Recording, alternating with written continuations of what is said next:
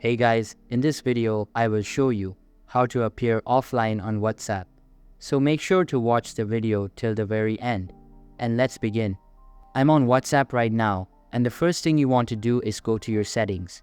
So tap on three dots at the top right and select settings. Once you're there, go to privacy. Once you're in privacy, there's going to be three settings we're going to change here to make your account seem offline. The first one is last seen. It's the first one. You're going to click on that and you want to make sure it's on nobody. This is so people see when you're last on your WhatsApp. So you want to make sure that's on nobody. So nobody can see it when you're last on WhatsApp. And then we can go back. The next thing you want to do is make sure the status, you can click on that right now. So status is on my contact. You want to make sure that is on only share with, and then just don't select anybody. And now your status is only to yourself and nobody else can see that. And then we can go back. And the last thing you want to do is see and make sure that read receipts is off. And so now nobody can see that you've read anything.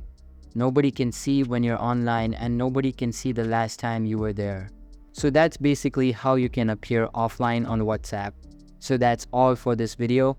Hope you liked the video. Thanks.